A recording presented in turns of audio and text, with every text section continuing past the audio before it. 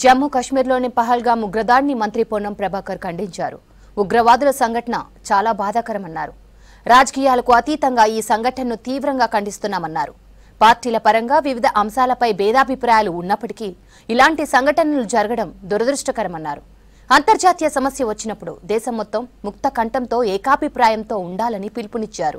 ఈ సంఘటన పట్ల కేంద్ర ప్రభుత్వానికి కాంగ్రెస్ పార్టీ అండగా ఉంటుందని చెప్పారు. ఇలాంటి సంఘటనలు పునరావృతం కాకుండా కేంద్ర ప్రభుత్వం సీరియస్ యాక్షన్ తీసుకోవాలని డిమాండ్ చేశారు. ఇక అంతకుముందు సిద్దిపేట జిల్లా కోహెడ మండలంలో మంత్రి పొన్నం ప్రభాకర్ పర్యటించారు. రాష్ట్ర ప్రభుత్వం పంపిణీ చేసిన సన్న బియ్యంతో వండిన భోజనం చేశారు. తలారి చంద్రయ్య, మల్లవ్వ ఇంట్లో సహపంక్తి భోజనం చేశారు మంత్రి పొన్నం ప్రభాకర్. అందరం బాధపడే అంశం దేశంలో అంతర్భాగమైనటువంటి జమ్మూ కాశ్మీర్లో నిన్న జరిగిన సంఘటన అందరికీ దుఃఖభరితమైనటువంటిది. ఇటువంటి సంఘటనల పట్ల ప్రభుత్వం రాజకీయాలకు అతీతంగా కఠినంగా వ్యవహరించాల్సిందే. దేశంలో వివిధ అంశాల మీద భేదాభిప్రాయాలు ఉంటాయి కావచ్చు, కానీ దేశంలో అంతర్గత భద్రతకు సంబంధించి కానీ అంతర్జాతీయ సంబంధించిన అంశం వచ్చినప్పుడు అందరూ కూడా ముక్త కంఠంతో ఈ అంశం పట్ల ఏకాభిప్రాయంతో ఉంటాం. కేంద్ర ప్రభుత్వానికి ఈ అంశంలో పూర్తిగా అండగా ఉంటుంది కాంగ్రెస్ పార్టీ. ఎందుకంటే ఈరోజు ఇటువంటి సంఘటనలు పునరావృతం కాకుండా కఠినంగా వ్యవహరించాలని కేంద్ర ప్రభుత్వాన్ని కోరుతా ఉన్నాం. ఇక్కడ నుంచి ప్రాతినిధ్యం వహిస్తున్న మంత్రుల ద్వారా కూడా కోరుతా ఉన్నాం. ఈ సంఘటన తల వంచుకునే కార్యక్రమం. ఎందుకంటే నేను కూడా ఇది ఒక 3-4 రోజుల క్రితమే ఈ ప్రాంతం అంతా పోయొచ్చినాం.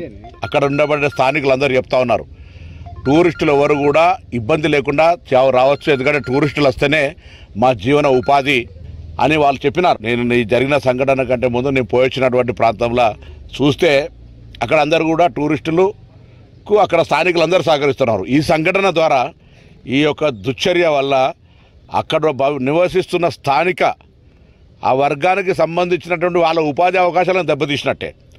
టూరిస్టులు ఒక తులిప్ గార్డెన్కి పోతే 15 లక్షల మంది ఈ 15 రోజుల లోపల విజిటర్స్ వచ్చినారని చెప్పినారు. అందరూ కూడా ఈ భయప్రాంతాలకు వచ్చినప్పుడు శాంతి భద్రత లేనప్పుడు ఎవరు టూరిస్ట్ రాడు. ఇది పరోక్షంగా అక్కడ ఉన్నబడి నివసించి ఉపాధి టూరిజం పేరుగా బతుకుతున్నటువంటి జమ్మూ కాశ్మీర్ స్థానికులకే ఇబ్బంది. ఇది వాళ్ళ కడుపు కొట్టినట్టే. ఈ ప్రాణాలు పోయినాయి, శాంతి భద్రతలు విఘాతం కలిగింది.